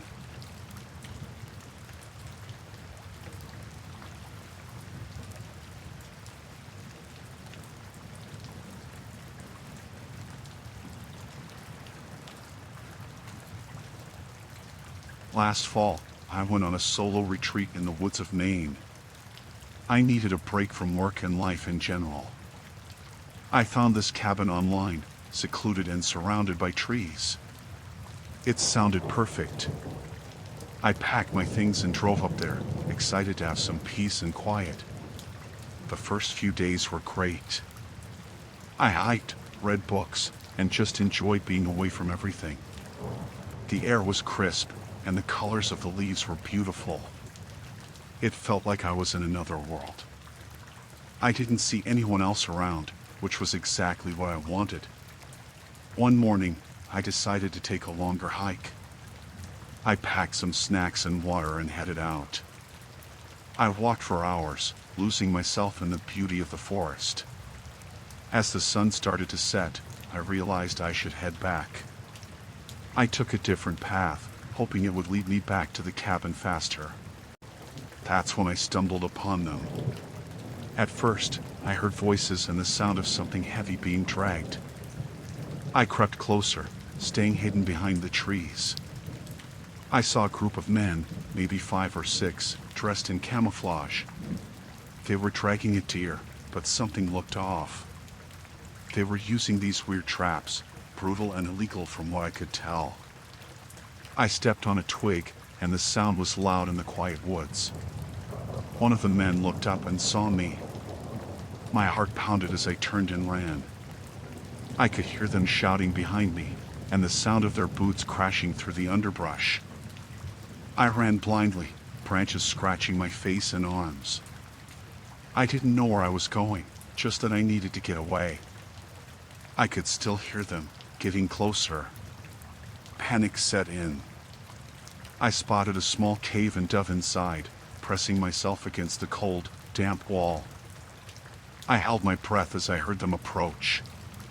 They were cursing and arguing about which way I went. One of them said something about not letting me get away, that I'd seen too much. They searched for what felt like forever, but eventually, their voices faded. I stayed hidden until I was sure they were gone. My mind raced with fear. I had to get back to the cabin, but I was lost.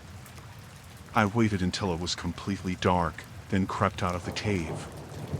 The forest was silent except for the occasional rustle of leaves. I tried to use the stars to navigate, but it was no use. I was disoriented and terrified. I walked for hours, jumping at every sound. Just when I thought I couldn't go on, I saw the faint glow of my cabin's lights through the trees. Relief washed over me as I stumbled towards it. Inside, I locked the door and closed all the curtains. My hands were shaking as I tried to think. I needed to call for help, but there was no cell service out here. I had to wait until morning to drive to town. I didn't sleep that night. Every noise made me jump. At dawn, I packed my things as quickly as I could. I got in my car and drove away, my eyes darting to the rearview mirror the whole time. The drive to town felt like it took forever, but I finally reached a place with cell service and called the authorities. I told them everything. They said they'd send someone to investigate, but I don't know if they ever did. I didn't stick around to find out. I went home and tried to put the whole thing behind me. Even now, months later, I can't shake the fear. I keep thinking about those men and their traps, and what could have happened if they caught me. I haven't gone back to the woods since, and I don't think I ever will. The peace and quiet I wanted so badly turned into a nightmare I can't forget.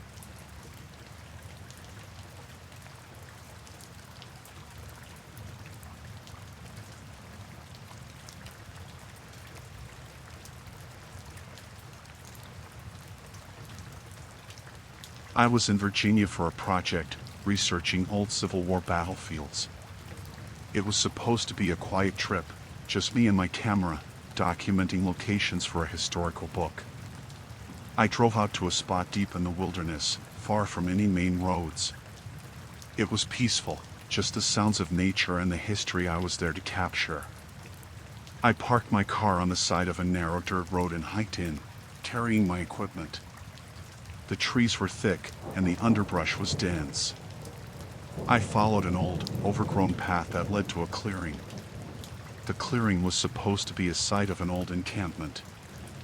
I set up my camera and started taking pictures, noting the layout of the land and imagining what it must have been like back then. After a while, I heard voices. At first, I thought maybe it was other history enthusiasts, but the tone was different. I moved closer to the sound, staying hidden behind the trees. I saw a group of men, dressed in camouflage and carrying rifles. They were gathered around a makeshift camp, talking and moving with a sense of purpose. My stomach dropped when I realized this wasn't a historical reenactment. These men were real and looked dangerous. I stayed as quiet as I could, watching them. They had maps and diagrams spread out on a table, and they were discussing plans. It was clear they were practicing for something big. I took a few steps back, trying to retreat without being noticed. That's when I stepped on a branch, the snap echoing in the still air. The men's heads snapped up, and one of them shouted. Panic set in. I turned and ran, hearing them behind me. My heart pounded as I crashed through the underbrush, branches slapping my face and arms. I didn't dare look back. I knew if they caught me, it wouldn't end well. I tripped over a root and fell hard, but scrambled to my feet, adrenaline pushing me forward. I could hear them shouting and cursing, closing in. I spotted a fallen tree with a hollow space underneath and dove in, pressing myself into the damp earth. I covered myself with leaves and tried to slow my breathing.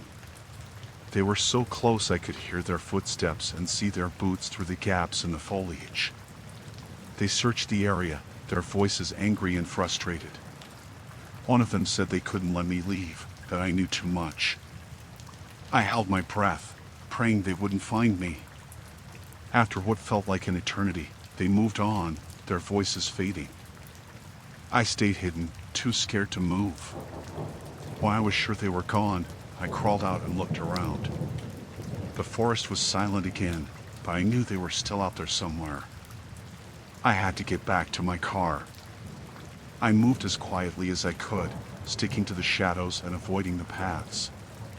Every sound made me jump, convinced they were right behind me. I finally saw the road and my car. Relief washed over me as I sprinted the last few yards. I jumped in, locked the doors, and started the engine. I drove away as fast as I could, my hands shaking on the wheel. I didn't stop until I reached the nearest town. I went straight to the police station and told them everything. They took my statement and promised to investigate, but I couldn't shake the feeling that those men would come after me. I drove back to my hotel, packed my things, and left Virginia that same night. I didn't feel safe until I was miles away.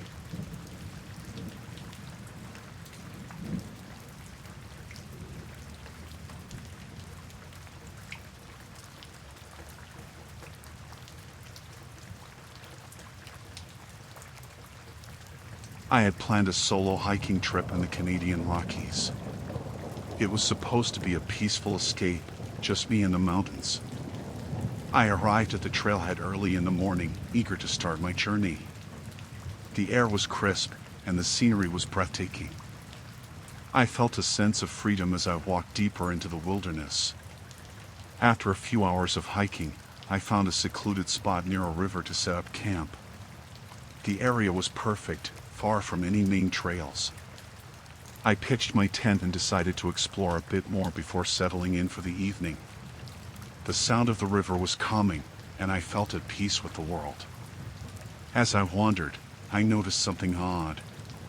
There were fresh tracks on the ground, not the usual animal prints I had seen before. They looked like boot prints, several of them, heading deeper into the woods. Curiosity got the better of me, and I decided to follow them. Maybe it was another hiker, I thought, but something about it felt off. The tracks led me to a small clearing where I saw a group of men. They had a makeshift camp set up and were busy with something. I moved closer, staying hidden behind the trees. My heart sank when I saw what they were doing. They had traps and cages, and it became clear they were poachers. They were dealing with animal parts, something illegal and brutal. I took a step back, trying to retreat quietly, but I stumbled on a rock. The noise made one of the men look up. Our eyes met, and his expression turned from surprise to anger. He shouted to the others, and I knew I had to run. I turned and bolted back towards my camp, my heart pounding in my chest. I could hear them behind me, crashing through the underbrush. They were shouting, and their voices were getting closer. Panic set in, but I kept running. I reached my camp and grabbed my backpack, not bothering to pack up the tent. I had to get out of there. The trail I had come in on was the only way I knew, so I headed back that way, hoping I could lose them in the dense forest. My lungs burned, and my legs felt like they were on fire, but I pushed on. The men's voices were still behind me, growing louder. I came to a fork in the trail and took the path to the left, hoping it would lead me to safety. The terrain was rough, and I stumbled several times. I glanced back and saw them, closer than ever. One of them raised a rifle, and I knew I was in serious danger. I saw a rocky outcrop up ahead and made a dash for it. I climbed up, finding a small crevice to hide in. I squeezed myself into the tight space and tried to control my breathing. The men arrived at the outcrop, looking around. I could see them through a gap in the rocks. They were furious, cursing and shouting threats. One of them suggested they split up to cover more ground. My heart sank as they spread out, searching for me. I stayed as still as possible, praying they wouldn't find me. Minutes felt like hours as they scoured the area. One of them passed so close I could smell his sweat. I held my breath, terrified he'd hear me. Finally, they regrouped, frustrated. They decided to move on, thinking I had managed to get further away. I waited until their voices faded completely before crawling out of my hiding spot. My body was shaking, and I knew I couldn't stay there. I needed to find help, but I was deep in the wilderness with no signal on my phone. I decided to keep moving, hoping to come across another hiker or a ranger. The forest was eerily quiet now, and every rustle of leaves made me jump. I kept looking over my shoulder, terrified they would come back. As night fell, I found a small cave to take shelter in. I was exhausted, but too scared to sleep. I sat there, clutching my backpack, listening to the sounds of the forest. I thought about my family and friends, wondering if I'd ever see them again. At dawn, I started moving again, sticking to less obvious paths. After hours of walking, I finally saw a ranger station in the distance. Relief washed over me as I ran towards it. I burst in, out of breath, and told the ranger everything. They called the authorities, and soon the area was swarming with police. They found the poachers' camp, but the men were gone. The rangers assured me they'd keep searching, but I knew those men were still out there somewhere. I left the Rockies that day, shaken but grateful to be alive. The beauty of the mountains was tainted by the terror I experienced.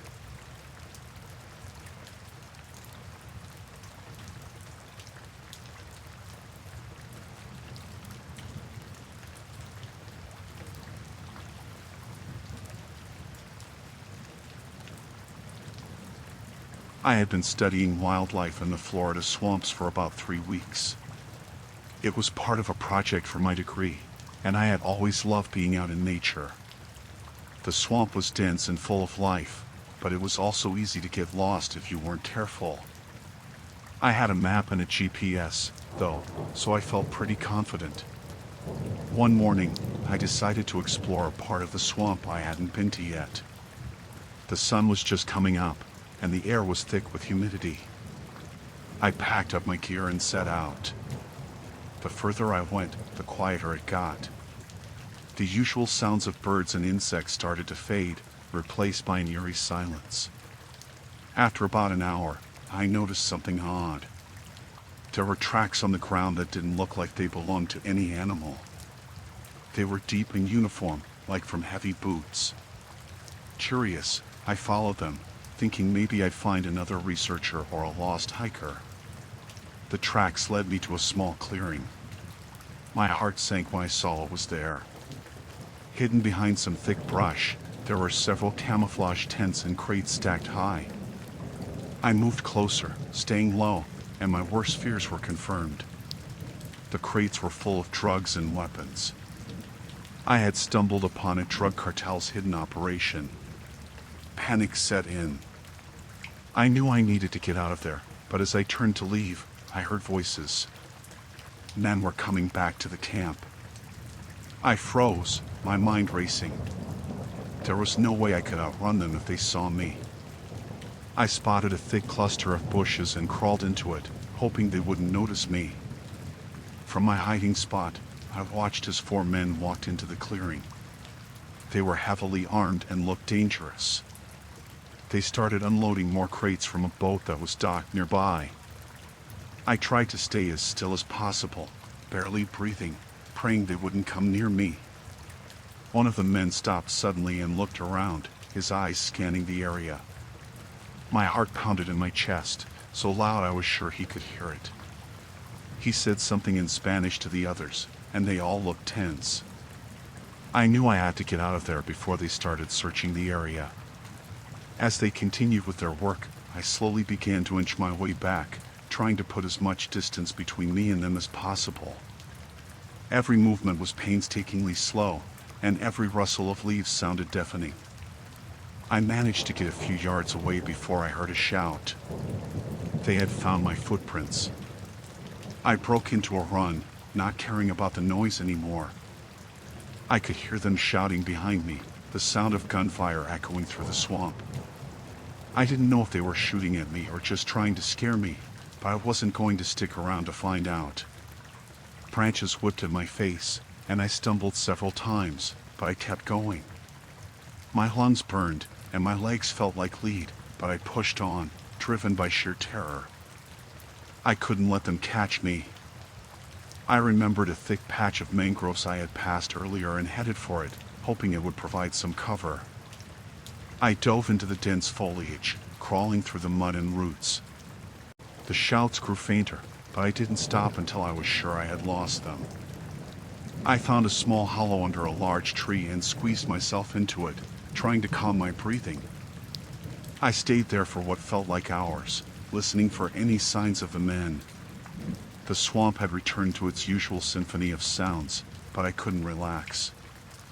I knew they were still out there, looking for me. When night fell, I decided to move again, hoping the darkness would help cover my escape. I navigated by the stars, heading towards what I hoped was the direction of the main road. Every sound made me jump, every shadow looked like one of the men.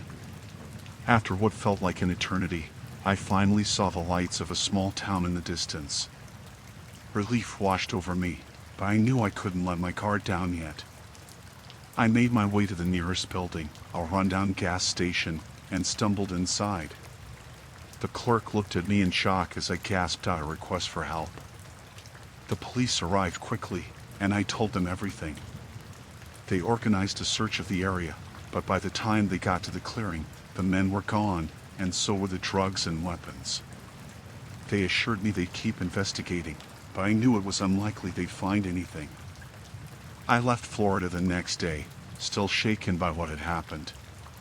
The swamp, once a place of beauty and wonder, now held a sinister memory.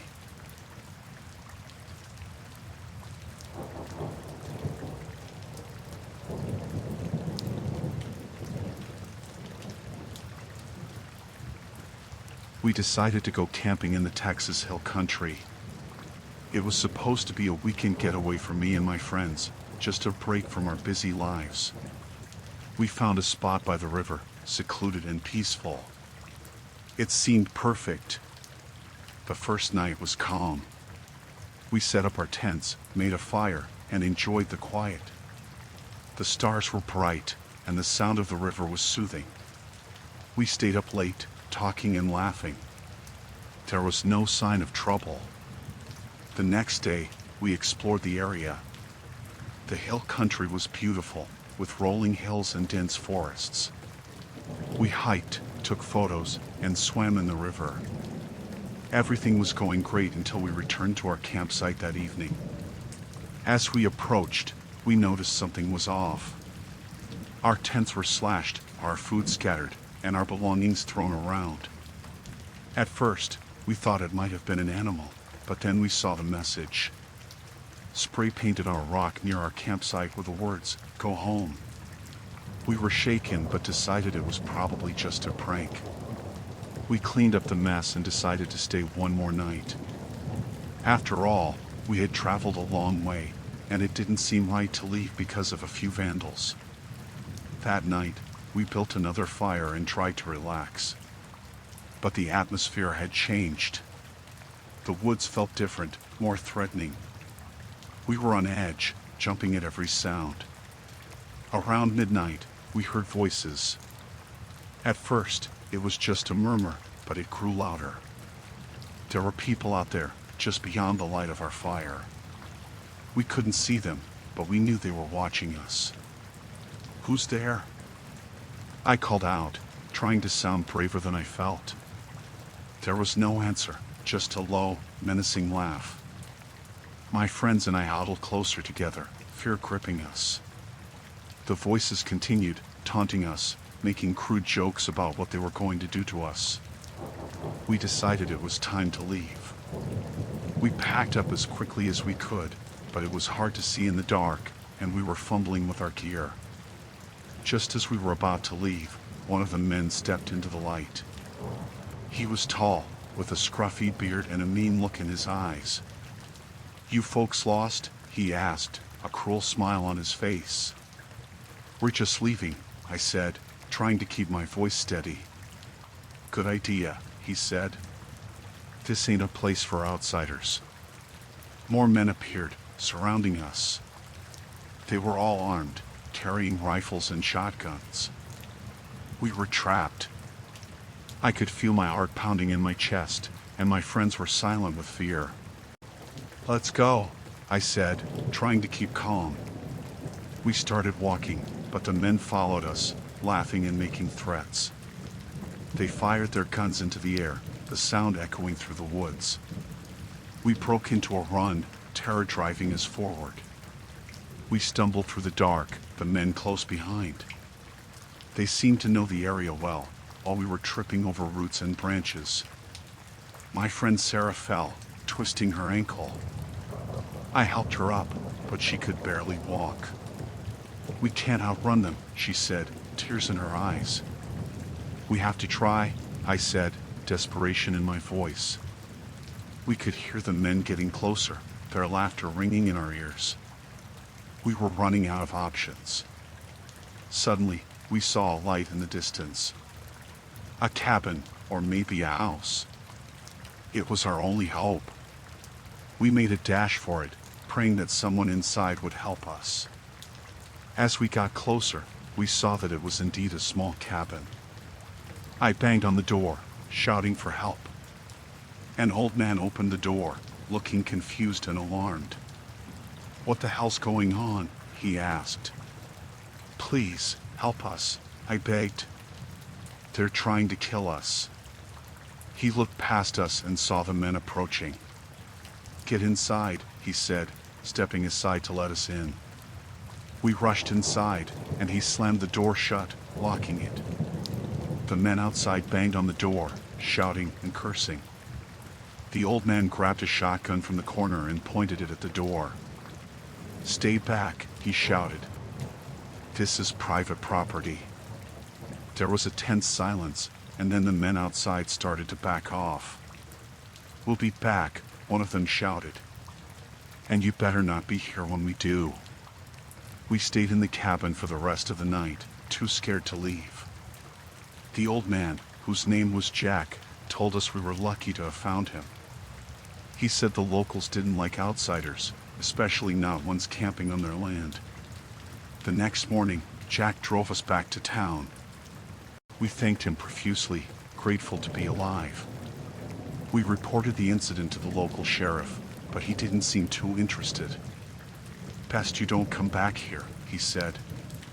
"Some folks around here don't take kindly to strangers." We left Texas that day, shaken and scarred by the experience. I don't know what would have happened if we hadn't found Jack's cabin, and I don't want to think about it.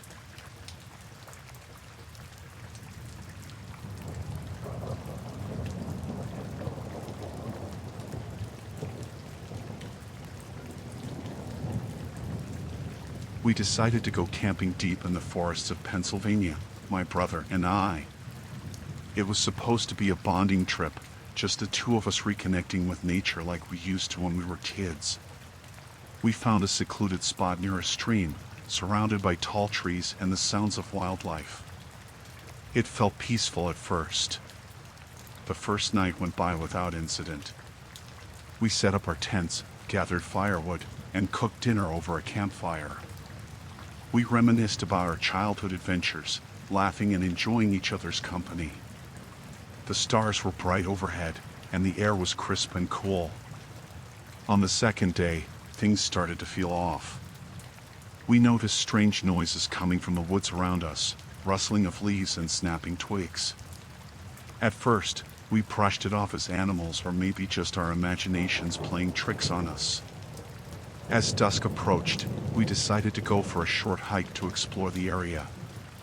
That's when we saw him. A man, dirty and unkempt, watching us from a distance.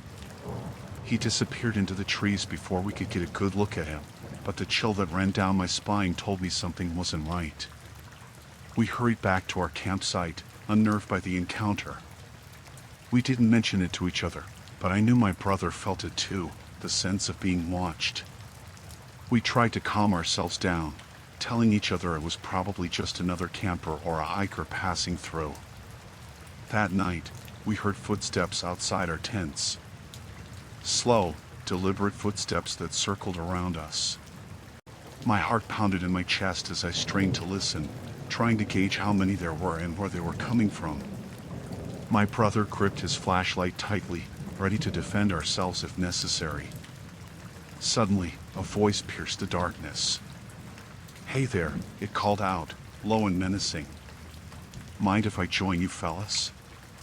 It was him, the man we had seen earlier. He emerged from the shadows, holding a knife in his hand. He was dirty, with wild eyes that seemed to glint in the firelight. My brother and I froze, fear paralyzing us. "What do you want?" my brother managed to ask, his voice barely a whisper. The man grinned, a sinister smile that sent shivers down my spine. "Just looking for some company," he said. "You boys look like you could use some." He took a step closer, and I could see the crazed look in his eyes. We were trapped, with nowhere to run and no one to help us. I glanced at my brother, silently communicating our next move. We had to get out of there, but we had to do it carefully. "Sorry, man," I said, trying to keep my voice steady.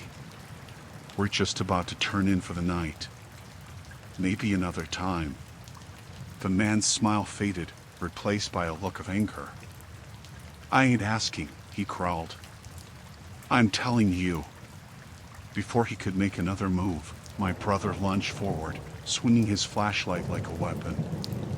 It connected with the man's arm, causing him to drop the knife with a yelp of pain. We didn't hesitate. We bolted from our tents, running blindly through the trees. I could hear the man shouting behind us, cursing and threatening to kill us. We ran as fast as we could, branches scraping against our faces, roots tripping us up. Adrenaline fueled our escape, but I knew we couldn't keep this pace forever. We didn't stop until we reached a ranger station several miles away. We burst through the doors, breathless and covered in sweat and dirt. The rangers were alarmed by our appearance, but we managed to explain what had happened between gasps for air. They called the police immediately and organized a search party to comb the area for the man. We gave them a description, though I doubted he would be easy to find in the dense forest. I couldn't shake the feeling that he was still out there, watching us, waiting for another chance to strike. The police took our statements and assured us they would do everything they could to find the man. They advised us to stay at the ranger station for the night, or we would be safe under their watchful eye. We gladly accepted, too shaken to even think about returning to our campsite. It took hours for us to calm down enough to sleep, even with the rangers around us. Every rustle of leaves outside made us jump, every shadow seemed to hide a lurking threat. I kept replaying the man's crazed expression in my mind, wondering what would have happened if my brother hadn't acted so quickly. The next morning, the police informed us that they hadn't found any trace of the man. They assured us they would continue searching, but I knew it was unlikely they would catch him. The forest was vast, and he knew how to hide. We packed up our belongings, grateful to be leaving the area. The rangers escorted us back to our car, and we drove away from the Pennsylvania forest, our hearts still pounding with fear. We didn't speak much on the drive home, both lost in our thoughts about what had happened and what could have been. I don't know if we'll ever go camping again after this. The experience has left a lasting scar on both of us, a reminder of how quickly things can go wrong in the wilderness. I keep replaying that night in my mind, wondering what might have happened if we hadn't been able to escape.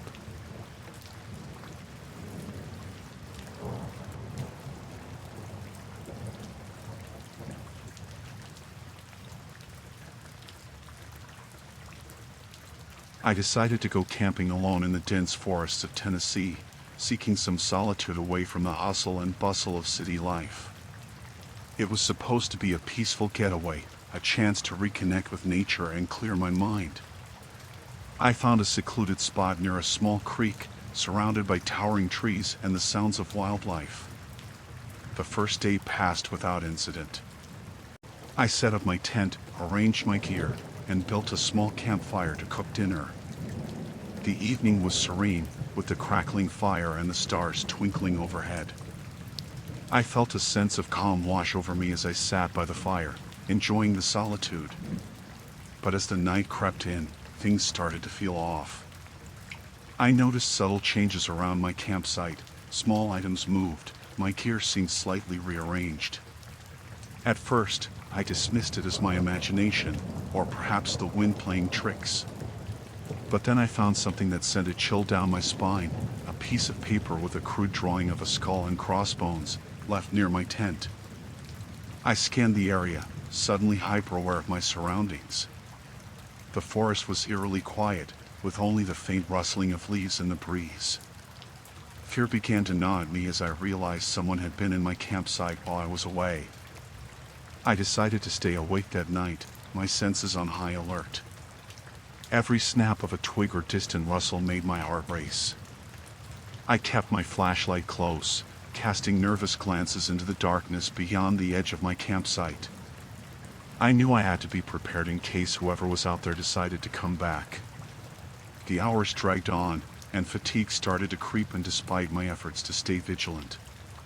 Just as I was beginning to think I might have overreacted, I heard footsteps approaching. Quiet, deliberate footsteps crunching on the leaves. My breath caught in my throat as I strained to listen.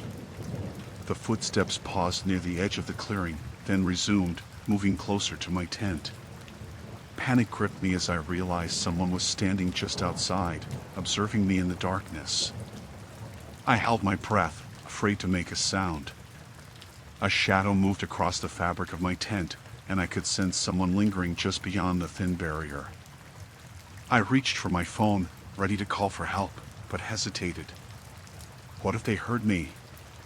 Suddenly, a voice broke the silence, low and menacing. "I know you're in there," it whispered, sending a shiver down my spine. "You shouldn't be here." I remained frozen, unsure of what to do. The voice was unfamiliar, filled with hostility and malice. I strained to see through the fabric of the tent, but the darkness outside was impenetrable. The person outside seemed to grow impatient. "Come out," they demanded, their voice growing louder. I said, "Come out." I knew I couldn't stay hidden forever. With trembling hands, I unzipped the tent and peered outside. Standing before me was a figure cloaked in darkness, their features obscured. They held something in their hand, a knife, glinting faintly in the moonlight. Fear gripped me like a vice as I realized the danger I was in. I scrambled to my feet, my mind racing with adrenaline-fueled thoughts of escape. Without a second thought, I bolted into the forest, branches scraping against my arms and legs as I ran blindly through the underbrush. Behind me, I heard the person giving chase. Their footsteps pounded on the forest floor, closing the distance between us. I pushed myself harder, desperate to put more distance between myself and my pursuer. Fear and exhaustion threatened to overwhelm me, but I knew I had to keep going. I stumbled over roots and rocks, my breath coming in ragged gasps. Panic surged through me as I realized I was completely at the mercy of the forest. The sounds of pursuit echoed behind me, growing closer with each passing moment. I spotted a narrow trail ahead and veered onto it, hoping it would lead me to safety. My legs burned with exertion, and my lungs ached from the effort of running. I glanced over my shoulder, catching a glimpse of the figure still following me. They were relentless, their determination palpable even from a distance. I pushed myself harder, driven by sheer terror and the instinct to survive. Branches whipped at my face, leaving stinging welts in their wake. I could feel the person gaining on me, their presence a looming threat in the darkness. Just as I felt myself reaching the limits of my endurance, I burst into a small clearing. Ahead of me, I saw the faint glow of lights, a road. Relief flooded through me as I realized I had stumbled upon a hiking trail. Without hesitation, I sprinted toward it, my legs propelling me forward with renewed energy. I burst out onto the road, panting and covered in sweat and dirt. A car approached from the distance, its headlights cutting through the night. I waved frantically, hoping they would see me and stop. The driver slammed on the brakes, skidding to a halt just a few feet away. I stumbled toward the car, babbling incoherently about someone chasing me in the woods. The driver, a middle-aged man with a concerned expression, helped me into the passenger seat and quickly drove away from the forest. He called the police as he drove, relaying my frantic account of what had happened. I struggled to catch my breath, my hands trembling uncontrollably. The man assured me everything would be okay, but I couldn't shake the fear that the person from the forest would find me again. The police met us at a nearby ranger station. They took my statement, and I described the person who had chased me as best as I could. They assured me they would search the area thoroughly, but I knew the chances of finding the individual in the vast wilderness were slim. They drove me to a nearby town where I could rest and recover from the ordeal. I stayed in a motel that night, my mind racing with what-ifs and terrifying scenarios. I couldn't shake the feeling of being watched, even in the relative safety of the motel room. The next day, the police informed me they hadn't found any trace of the person who had chased me. They promised to continue their search, but I knew deep down it was unlikely they would catch them. The forest was vast and unforgiving, a perfect hiding place for someone intent on staying hidden. I returned home, haunted by the events of that night. The tranquility of nature had been shattered by a terrifying encounter that left me shaken to the core. I couldn't bring myself to go camping alone again, the fear of the unknown too overwhelming to ignore. I shared my story online, hoping to warn others of the dangers that could lurk in even the most peaceful of settings. I urged everyone to be vigilant and cautious when venturing into the wilderness alone, emphasizing the importance of safety and preparedness. Months passed, but the memory of that night remained vivid in my mind. I couldn't forget the feeling of being hunted, the terror of knowing someone wanted to harm me. It changed me in ways I couldn't fully comprehend. I sought therapy to help me cope with the trauma, to make sense of what had happened and find a way to move forward. Slowly, with time and support, I began to heal. But the scars of that night would always be a part of me.